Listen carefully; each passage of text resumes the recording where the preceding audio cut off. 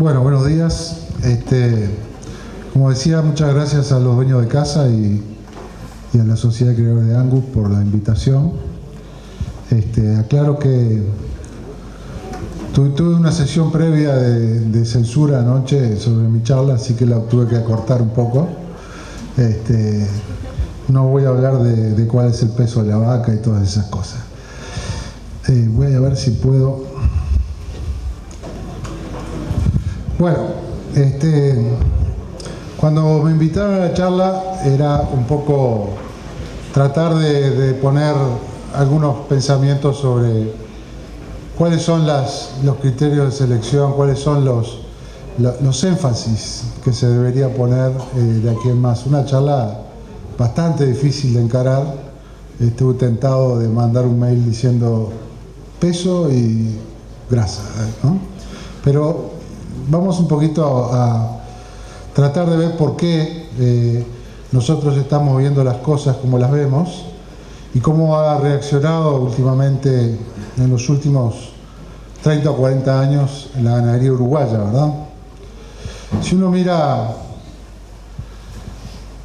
el precio promedio de exportación, esto empieza ahí por el 2001, un año bastante significativo, que lo elegí porque era hasta ahí donde exportábamos a Japón, y de ahí en más dejamos de exportar y hoy estamos nuevamente con esa posibilidad.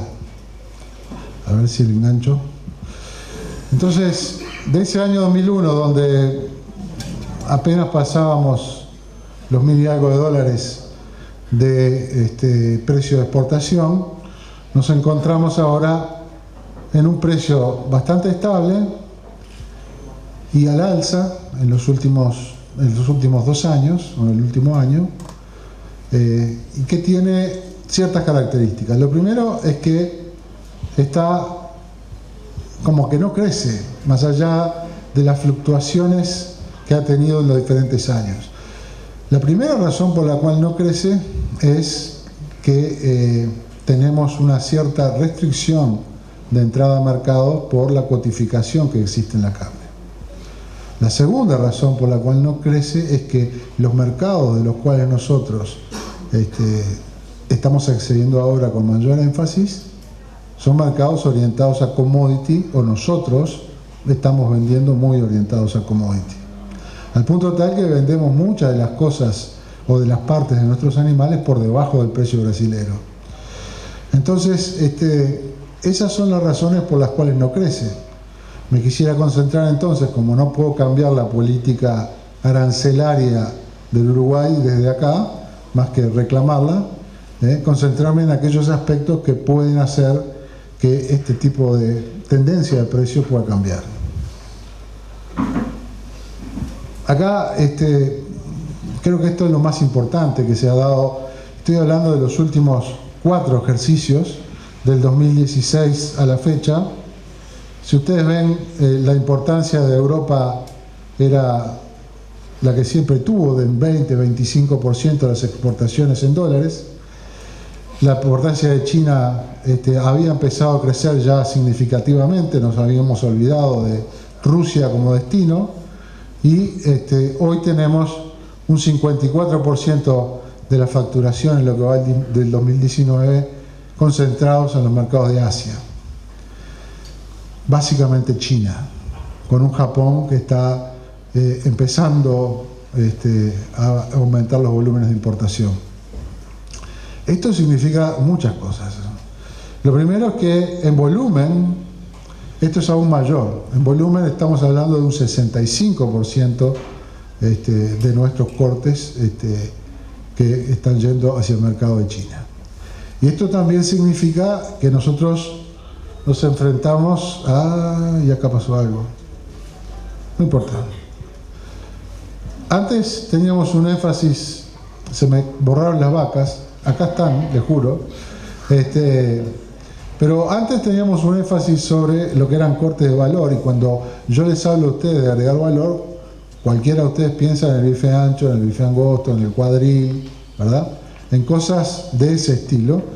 Pero hoy estamos llegando a mercados que, debería decirlo acá, pero hoy tenemos el pecho, tenemos la paleta, tenemos los garrones, cosas de ese estilo a los cuales tenemos que empezar a pensar cómo agregarle valor, porque son cortes de mayor demanda, de acuerdo a las diferentes cocinas, mismo dentro de China, que nos estamos enfrentando.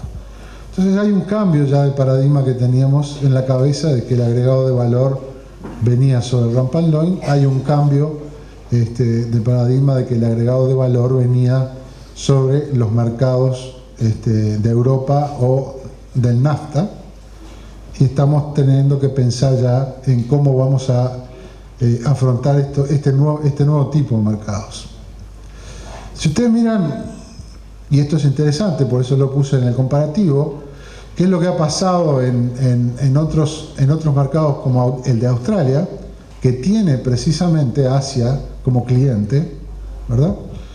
Y lo que ha pasado en Australia, la curva de arriba es la evolución de los novillos de peso, de carcasa, de los novillos que se crían en Queensland, más relacionados a novillos de feedlot, que han pasado de los 220 kilos de carcasa en la década del 80, entrada de Japón en la década del 90, y hoy estamos en los 300 kilos. La línea verde son los de Nueva Gales del Sur, más asociados a la producción pastoril, y la del medio es el promedio de peso carcasa de Australia. Si ustedes lo ven, en ese periodo de tiempo del 80 a la fecha, han aumentado en el entorno de 100 kilos en el peso de carcasa. 100 kilos en peso de carcasa. ¿Qué es lo que pasa en Uruguay? Nosotros tenemos una situación de estancamiento del peso de carcasa, pero un estancamiento que viene dado por una señal de mercado muy clara. Nosotros estábamos orientados directamente al mercado europeo, y acá había una señal muy fuerte del mercado que era: muchachos, novillos A2, 240, 250 kilos, eso es lo que queremos. Y con esa señal de mercado se movía con gran facilidad todo esto. Sin embargo, acá ha habido, si ponemos acá en el 2010 por ahí, empezamos a crecer a una tasa de un poco más de 2 kilos por año en peso de carcasa. Algunos se preguntarán, bueno, pero esto también tiene que ver con el cambio del ambiente, hay más grano en el sistema, hay mejores recrías, es verdad, pero fíjense que la vaca es igual o superior en el aumento de peso, y se supone que no la ponemos en el feedlot, o por lo menos ponemos muy poquitas, ¿verdad? O sea que realmente existe un aumento del peso de carcasa, y ustedes también como raza son responsables de esto. Si miro la tendencia genética de peso adulto, ustedes están un poco por encima de los 700 gramos de mejora genética acumulativa anual. La otra parte, que no corresponde a los 700 gramos, probablemente tenga que ver con el ambiente. Y así como cambió la ganadería en Uruguay a inicio de la década del 80, algunos de los que están acá se pueden acordar, yo estaba entrando a facultad, faena del entorno de 1.100.000, ¿verdad? Animales con ciertas características que fueron cambiando, primero con la liberalización del comercio, cuota Hilton, cuota GATT, cuota Estados Unidos, etcétera, que permitió un crecimiento de ese 1.100.000 cabezas a los 2.400.000 en el que estamos parados hoy. Y yo creo que la ganadería hoy empezó nuevamente un proceso de cambio que se va a consolidar en la medida que mejoremos los accesos al mercado, y se va a consolidar en la medida que nos terminemos de convencer de que debemos salir del mercado de commodities y entrar hoy a una relación más estrecha con el consumidor, o por lo menos con el usuario final, ¿verdad? Esa parte no es un sueño, sino que es el proceso normal que ha tenido las ganaderías más desarrolladas o intermedias, por así decirlo, como la ganadería australiana. Yo quiero remarcarle que hoy existe mucho más energía en el sistema. Hay mucho más grano que se vuelca al sistema en su conjunto. podrán decirle que se usa en el feedlot. Hoy estamos con el 35 o el 40% de los novillos faenados que de alguna forma u otra han estado entre 80 y 150 días dentro del feedlot. Eso genera un impacto muy importante dentro de la ganadería, y no cuento ahí todo lo que hemos hecho de suplementación en la recría, de suplementación en el predestete, etcétera, etcétera, etcétera. O sea, estamos cambiando de forma. Yo creo que sin ánimo de ser, prometí anoche que no iba a ser muy polémico, pero nosotros tenemos insertos los agrónomos, y yo creo que algunos de los veterinarios también, productividad por hectárea.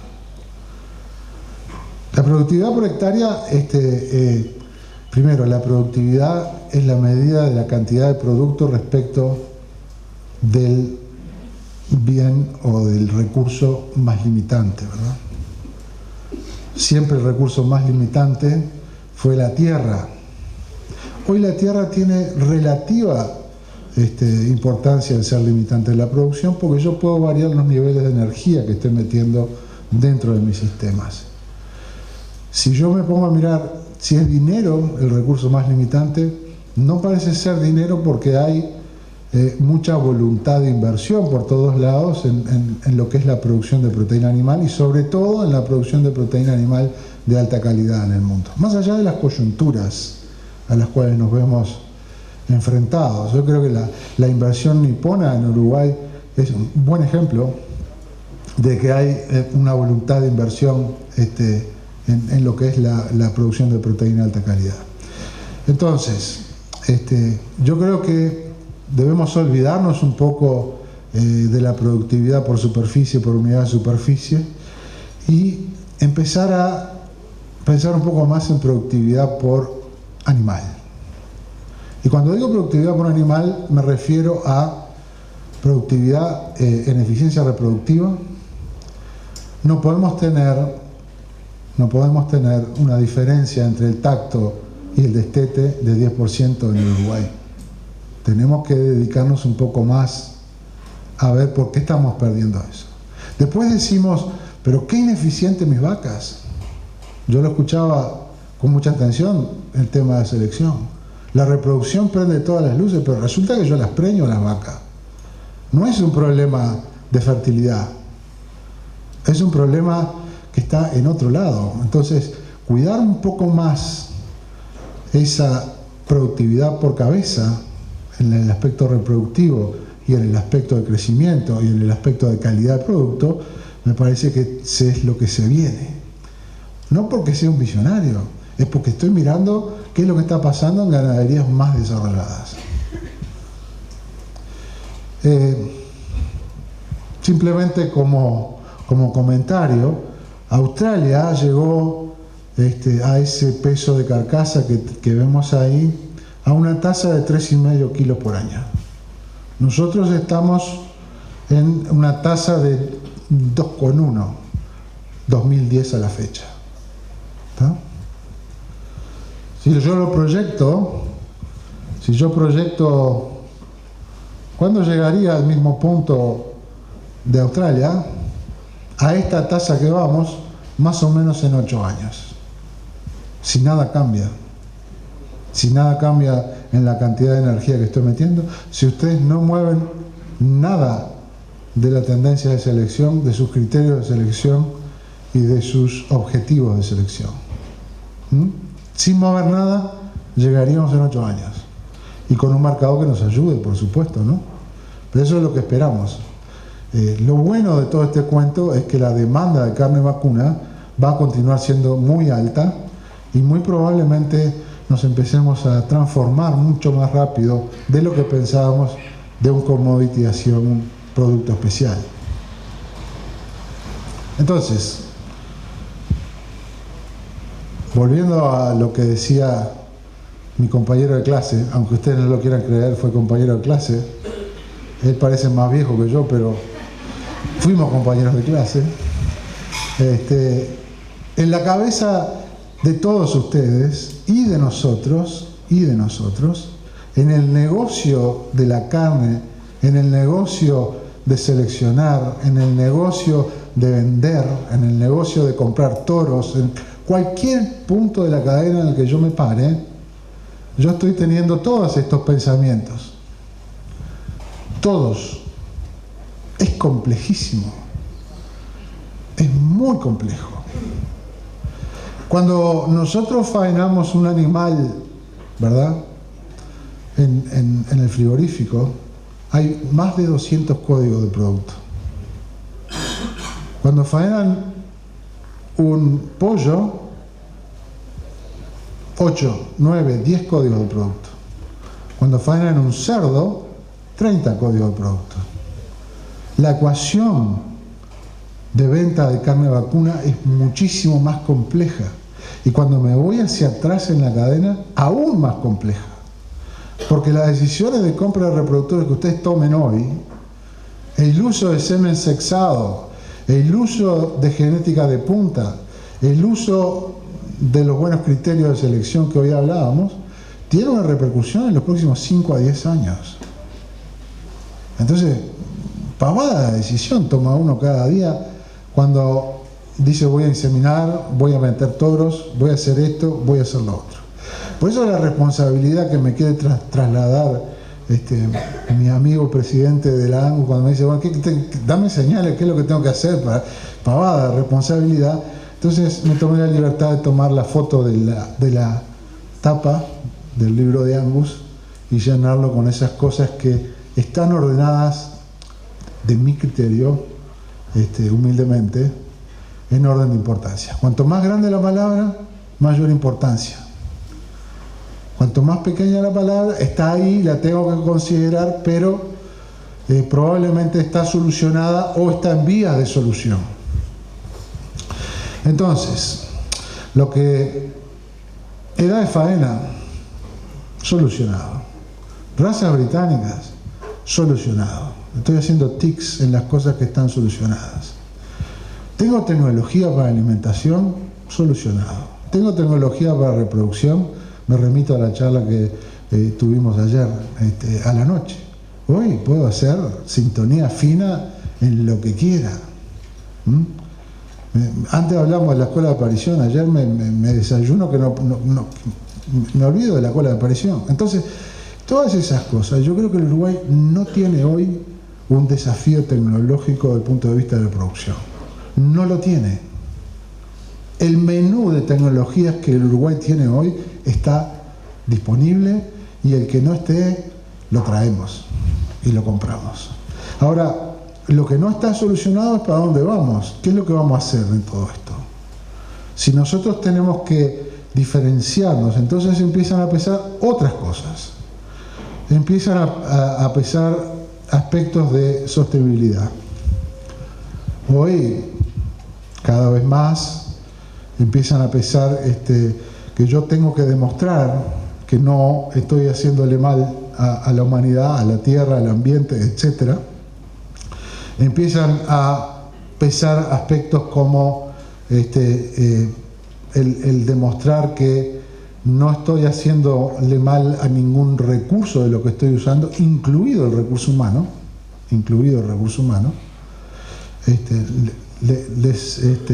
les podría contar la serie de certificaciones que hoy estamos sometidos durante toda la cadena, ustedes incluidos, y los costos que esto implica para poder seguir vendiendo en ciertos mercados. Ustedes lo sufren con la trazabilidad, lo sufren con una cantidad de otras cosas, y la industria también lo sufre con otro tipo de certificaciones. Pero hay cosas que son relevantes y que van a marcar el paso de lo que ustedes tengan de aquí en más. Uno, Asia y más Asia. El consumo de carne va a aumentar en Asia. Eso, como dicen allá en Tacuarembó, sacátela con peine fino. No va a aumentar en otros lados. Va a disminuir en Europa, va a disminuir en el NAFTA y probablemente nos mantengamos con algunos nichos de mayor importancia. Hoy no le vendemos un solo kilo de congelado a Europa, ni uno, porque está Brasil metido dentro de lo que es ese mercado y no nos deja vender un solo kilo. Entonces, tenemos que ver qué es lo que está pidiendo Asia. Tenemos que fijarnos si empieza a pesar un poco más el tema de la calidad intrínseca del producto. ¿Por qué? Porque cuando yo quiero capturar valor me tengo que acercar más al consumidor. Y cuando me quiero acercar más al consumidor, no es el sabor del marmoreo lo que más me importa, es la homogeneidad del producto lo que más me importa. El que tenga una satisfacción homogénea siempre que come mi producto, que siempre tenga la misma satisfacción, ¿verdad? Y lo que me da grasa intramuscular es seguridad de cocción, es seguridad de sabor, es seguridad de color. Hay una cantidad de otras cosas que no están asociadas solamente a palatabilidad y que tiene que ver con homogeneidad del producto. Hay también un gran desafío entre lo que es recurso humano, que le voy a contar a ustedes, la dificultad que hoy estamos teniendo para tener un recurso humano calificado en el campo, la dificultad que tenemos para tener recursos calificados en la cría vacuna, es la misma dificultad que estamos teniendo nosotros con el recurso humano a nivel industrial, ¿verdad? Con 20-25% de ausentismo, con baja productividad, con una cantidad de otras cosas que se están dando, lamentablemente, y que hace que aquellos aspectos que antes no pensábamos, como la automatización, vienen muy rápidamente a la industria. Y vuelvo a la homogeneidad de producto, es también importante. La automatización ya pasó en el pollo, ya pasó en el cerdo, ya pasó en el ovino, todavía no pasó en el vacuno porque somos bastante heterogéneos. Pero va a pasar, va a pasar. Por último, yo quiero que hay dos cosas que son de mayor importancia acá. Recría, más recría. Es la única diferencia que tiene el Uruguay para hacer un producto de alta calidad con respecto a otras ganaderías, que también está influyendo en el peso de carcasa, esa evolución que les mostré hoy. Y después, desarrollo de marcas. El desarrollo de marcas, y en especial para Angus, es una de las herramientas más poderosas que hoy tiene la raza, el país, y la posibilidad de captura de valor. El desarrollo de marcas tiene varias aristas. Lo primero es contar con productos buenos. Lo segundo, que lo que yo hago como claim, lo que yo hago como lo que describo adentro de mi marca, tiene que estar. Y lo tengo que poner siempre. El día 1, en el kilo número 1 o en la tonelada número 1000. Eso implica desafíos y compromisos que hacen que aumente la segmentación. La segmentación hasta ahora paraba en la industria y no iba hacia atrás. Acá existe un precio de novillo, acá existe un precio de vaca y después variaciones menores de acuerdo a todo lo que tiene que ver con peso, edad, etc. Pero cuando desarrollamos productos más sofisticados, y me refiero por ejemplo al Wagyu japonés, primero que nada el Wagyu con un marmoreo de 5 no se paga lo mismo que un marmoreo de 2, animal por animal. Eso requiere de sistemas de clasificación y tipificación mucho más sofisticados que lo que tenemos hoy, ¿tá? Y también requiere una transparencia mucho más profunda dentro de la cadena para que se genere la confianza de que la vieja lucha, si la industria me paga bien, si el productor bla bla bla, es más complicado aún. Si yo segmento más, imagínense todo este lío que tenemos en el Uruguay, que parece que es el centro del desarrollo carnicero de este país, que los sistemas de pago sean o no sean transparentes. Si yo le pongo más segmentación, esto va a ser más complicado. Ahora bien, si yo no le pongo segmentación, voy a seguir vendiendo commodity. Entonces, ¿qué es lo que está pasando en otros países? Que existen integraciones verticales de las industrias con mucho mayor profundidad. Ok, ¿tú no crees? En vez de tener que hablar con los 25.000 productores del Uruguay, yo le compro los terneros y me los hago yo. Y es lo que está pasando. En Uruguay está pasando. Entonces, hay que ver un poquito de qué lado nos ponemos y si existen posibilidades de hacer una asociación más profunda con todas estas cosas.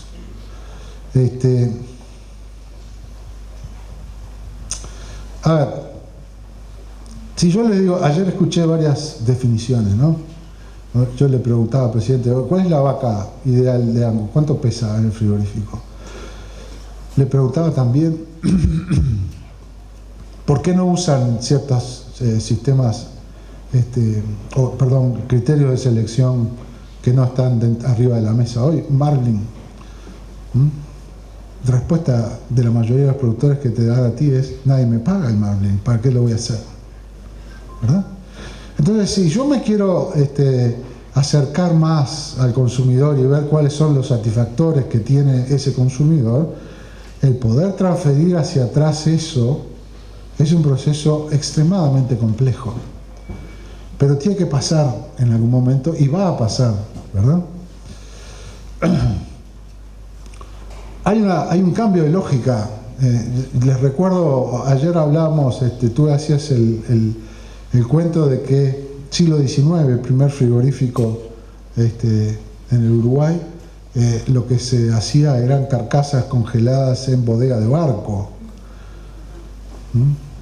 Después vino la posibilidad de hacer basado al vacío, capaz que no lo recuerdan, década del 70, más perfeccionado dentro de la década del 80. Eso solucionó muchas cuestiones de logística, posibilidades de llegar a punto final de venta, posibilidades de mantener los cortes con vida útil mucho más larga, ¿verdad?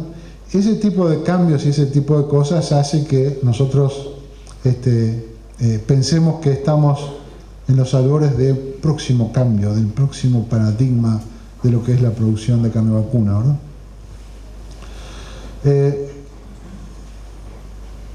Hablé ya de la integración de cadena. Vamos a dejar este tema acá porque si no nos tenemos que quedar hasta luego tarde. Y otras estrategias de branding. Y fíjense que las puse como otras estrategias de branding.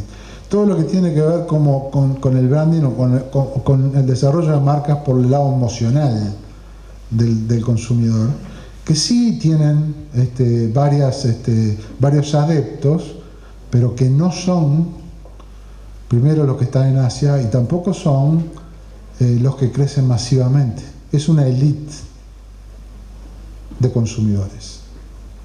Entonces, ¿lo tengo que tener? Sí, tengo que tener libre hormona, tengo que tener a cielo abierto, todas esas cosas que uno hace siempre y dice, el Uruguay tiene ventajas comparativas que las usamos como competitivas. Sí, pero tenemos un techo.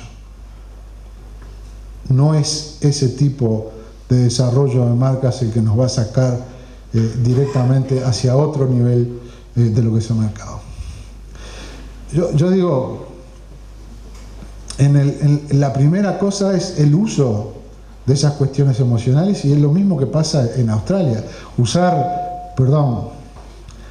la carne a pasto como una de las cosas que se remarca, se hace y está en el mercado, ¿verdad? Ahora bien, el próximo paso tiene que ver con producto y calidad del producto en sí misma. Y ahí empiezan este tipo de desarrollos. Este es un desarrollo de nuestra empresa, ¿verdad? No se va a divisar desde ahí, pero después lo que quieran mirar la presentación, esto tiene 2 o 3 cosas importantes en el claim. Lo primero es lo que llaman la reserva de Angus 100% negro, ¿tá? Lo segundo es que por acá dice, créanme, después si quieren lo ven, que aseguran un mínimo de marmoreo, ¿tá? También dice por acá que con orgullo dice proveniente de una cadena integrada verticalmente. Lo que yo hablaba hoy. Si queremos caminar a este tipo de cosas, que muchas veces suenan muy lindos en el discurso, pues bien, o te comprometés conmigo a que vamos a caminar en el mercado en las buenas y en las malas, o lo hago yo. Ese es el mensaje cuando vamos a desarrollo de marcas de alta calidad, de alto valor, etcétera, etcétera. O tenemos este otro tipo de cosas, que es la utilización del Angus, pero ya con mayores niveles de sofisticación y mayores niveles de diferenciación. En el caso, esta es una marca, hay 4 marcas acá, las 2 de abajo son desarrolladas para el mercado europeo, ¿verdad? Y cuando ustedes miran, no, disculpen el tamaño de letra, cuando ustedes miran las 2 desarrolladas para el mercado europeo, hace énfasis en libre de hormonas, etcétera, etcétera, etcétera. Cuando vamos a las 2 marcas de arriba, que es la marca Omugi 150 y la Omugi 200, hace énfasis en 3 cosas: Angus negro, alimentación con cebada, basada en el alimento de cebada, con 150 días de feedlot o con 200 días de feedlot. Miren el nivel de especificidad que tiene ese desarrollo de marca. Estamos hablando de marcas que están por encima de los precios premium del mercado y que cuesta muchísimo imponerlas, y para imponerlas necesito yo continuidad. Una lástima que no se vea esta foto, pero esto es un ejemplo de co-branding que estamos haciendo desde Uruguay. Esto es con Angus uruguayo, ¿verdad? Hace un mes, medalla de oro en el contexto mundial del churrasco, por decirlo de alguna forma. Esto está viniendo de alimentaciones de 120 días con Angus negro, ¿verdad?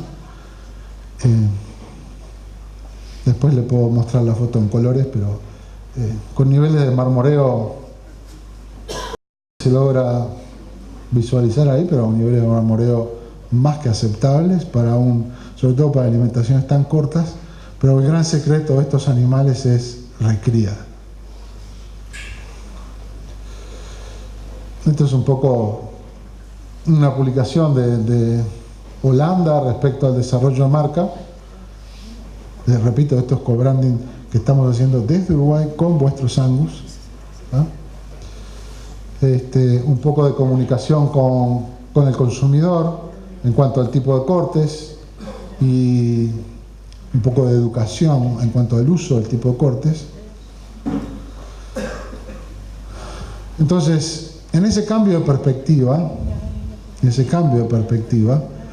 yo creo que debemos focalizarnos un poco más en lo que en la señal, si queremos capturar valor, si queremos contestar esa pregunta que al gaucho le decían: ¿para qué voy a hacer esto si no me pagan? ¿Para qué voy a dejar de marcar si no me pagan el cuero, cada vez menos? ¿No? ¿Para qué voy a hacer tal o cual cosa si no tiene valor económico? Entonces, si queremos darle valor económico y utilizar más y diferenciar más y recibir más dinero por el ganado, me parece que hay que focalizar un poco más en el consumidor, que no quiere decir ir a venderle al consumidor, sino ir a venderle al usuario final. Descripción del producto, lo que hablaba hoy. Ayer el señor Tajima, que nos acompaña acá, le decía una cosa interesante al presidente. Cuando decimos que el Wagyu es A5, el consumidor japonés sabe que A5 vale más que A2. Nuestro sistema de tipificación es INACUR. Pregúntenle a cualquier consumidor del Uruguay o fuera del Uruguay si sabe lo que significa eso. No hay una asociación de calidad con los sistemas de calificación de calidad. Tenemos que pensar más en ese tipo de cosas.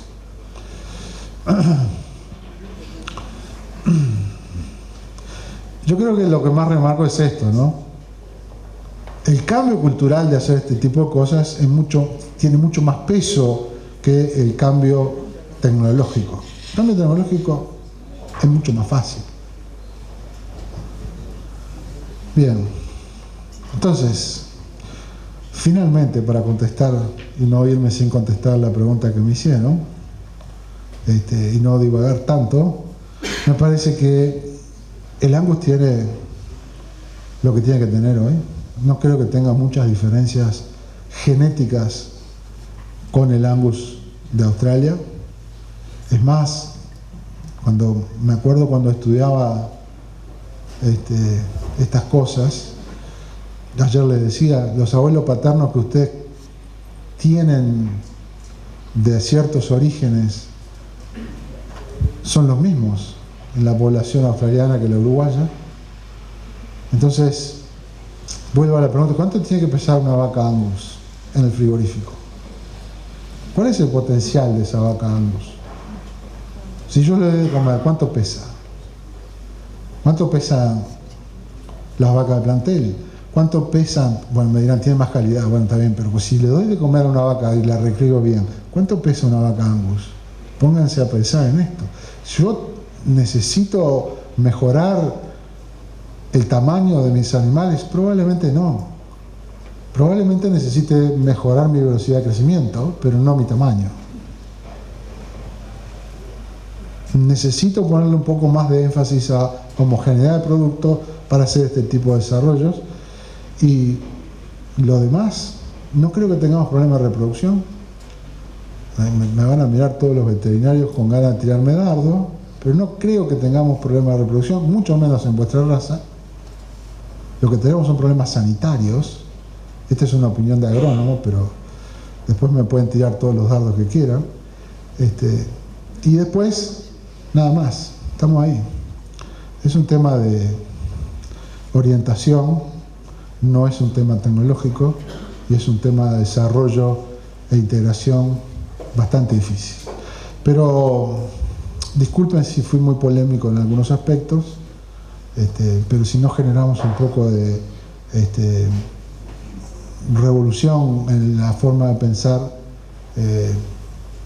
no vamos a cambiar muchas cosas. Así que muchas gracias por su tiempo y estoy de la hora.